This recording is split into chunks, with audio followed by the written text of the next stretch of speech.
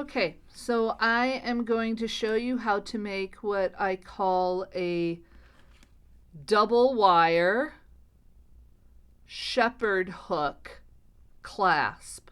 Okay, and so the advantages of this type of clasp is that typically it is not hammered on the arch, so that when you hammer wire on the arch, it kind of sets the curve. But when you use the double wire, you don't really need to do that because you're making the material thicker by doubling it.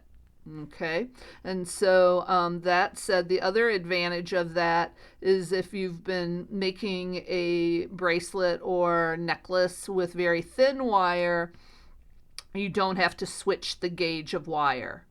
Typically, I don't. I make a clasp in at least 18 gauge, which can be thick for bead and wire gallery wrap. So a lot of people do their gallery wraps in 18 gauge, excuse me, not 18 gauge, in 22 or 24, a thinner gauge. So this would allow you to use a thinner gauge. Okay, right now what I'm working with is indeed 18 gauge, but everything still applies. Okay, so that said, usually I start off with a hunk of wire, and maybe there'll be some soft curves in it when I cut it, and so I try and kind of pinch it flat.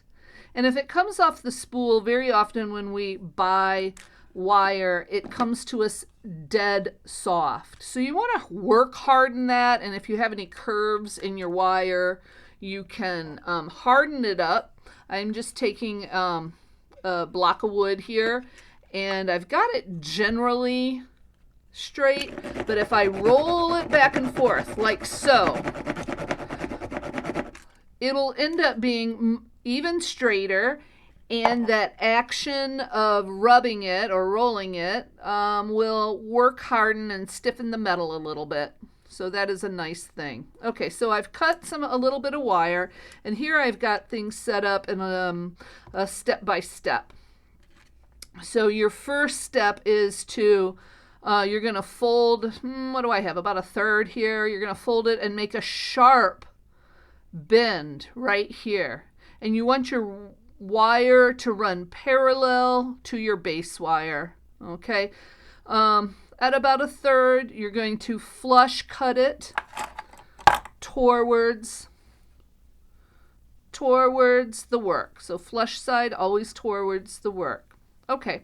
So once you have that, it's pretty much like when we were doing our gallery wrap.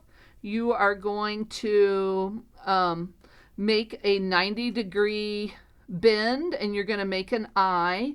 And so typically when I do this, you want your wire, when you make your loop, you want that wire to come in on the same side. Bring it this way, then things wouldn't be lined up right. So you bring that in on the same side.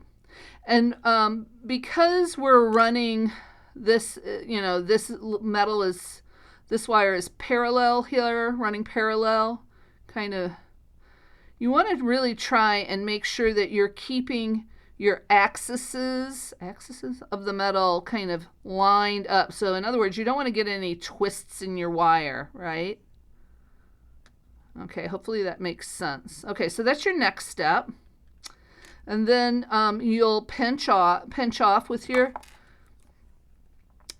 needle nose plier, and then you can start a coiled wrap. Okay, I usually like to do a 2 or 3 coiled wrap. I generally like to snip it in the middle so that your snip ends up in the middle of your 2 wires. And you're going to then come in and you're going to put a little bend at the end going away from your center snip. Okay. Once you get to that part, then you can fold in your hook, and that you're going to aim for that hook to come in so the turn point of your hook here is going to be pretty much on top of your coils, and that's nice so that when you hook onto your wire, you kind of have a little bit of resistance, and you're not going to, it's not going to unlink on you. Okay? And so that is what I would say is nice construction. I got a little something there. Okay. All right. So that's what we're aiming for. Okay, so let's look about the production on how to make this, okay? So again, starting with my wire, I am going to use my thumb against the point. I've grabbed my wire with the needle nose pliers, and I'm going to use my thumb as a brake. And when I say the term brake, that you bend against. That's what I mean by brake. Okay, so I'm going to bring that wire in parallel, and I'm going to give it a good pinch so that the metal is touching.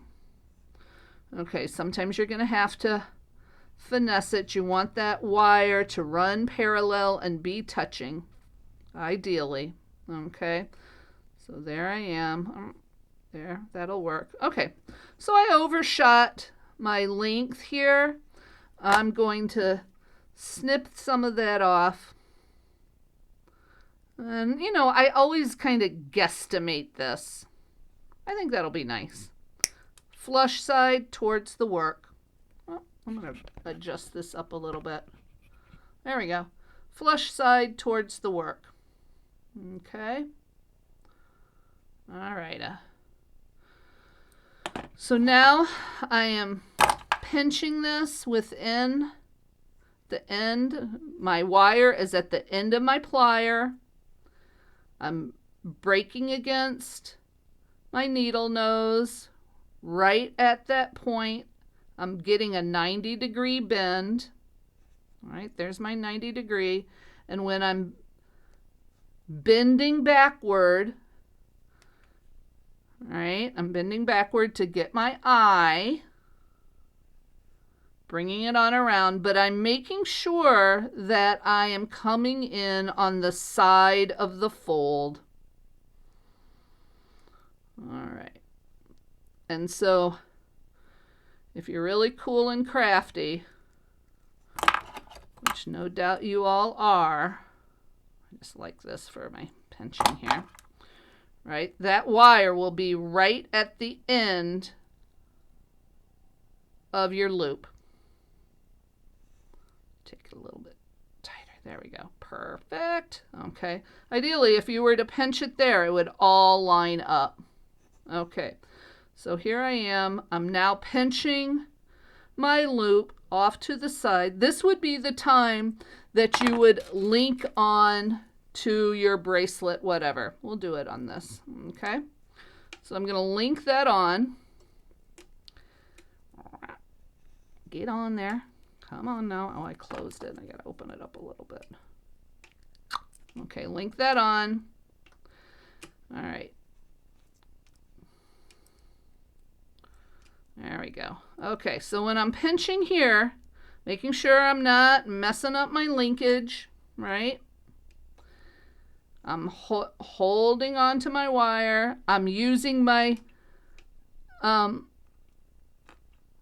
the base of this wire here, and I'm wrapping against that. I'm trying to keep my wire at my wrap at a 90 degree. All right, I think I'm going to just take a little smidgen more off here before I stop my wrap.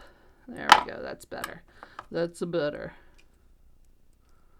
Well, you can see we got a little, I'm going to push that down a little bit. A little bit. Okay.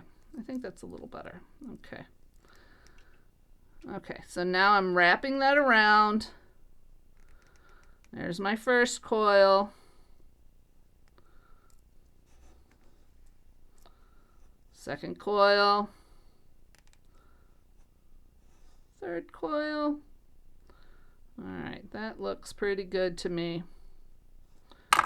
I'm going to snip it so that I end up in the middle, up between my two lines. And then I'm going to tuck that wire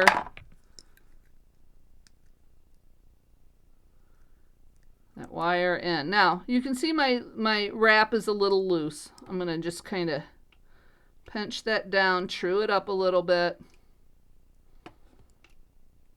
Neaten that up. You can see I kind of torqued my line here. I'm going to try and look at my line here, and I want this to, I'm going to grab another plier right now. Keep this so that it is perpendicular. I think that works.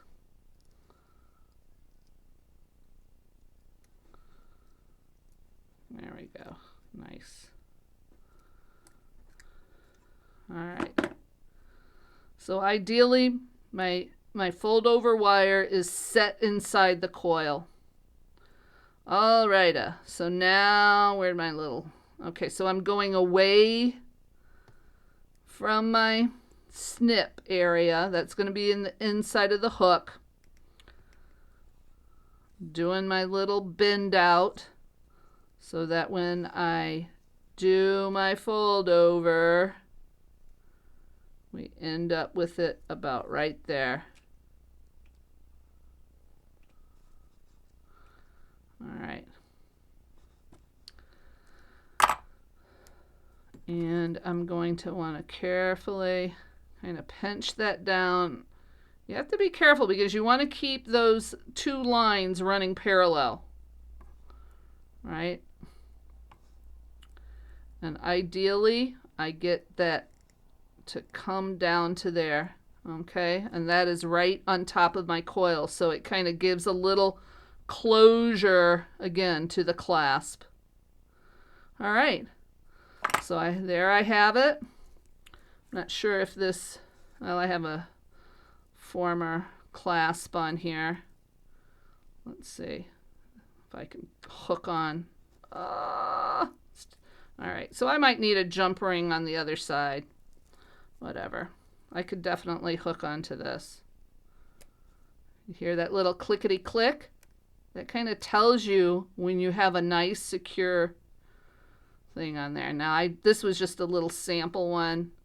I would put a jump ring on there. Okay, so that's how you do what I call a fold over Shepard hook or double wire Shepard hook, eye hook. Some people call it eye hook. Okay. All right. Hope you have fun with that.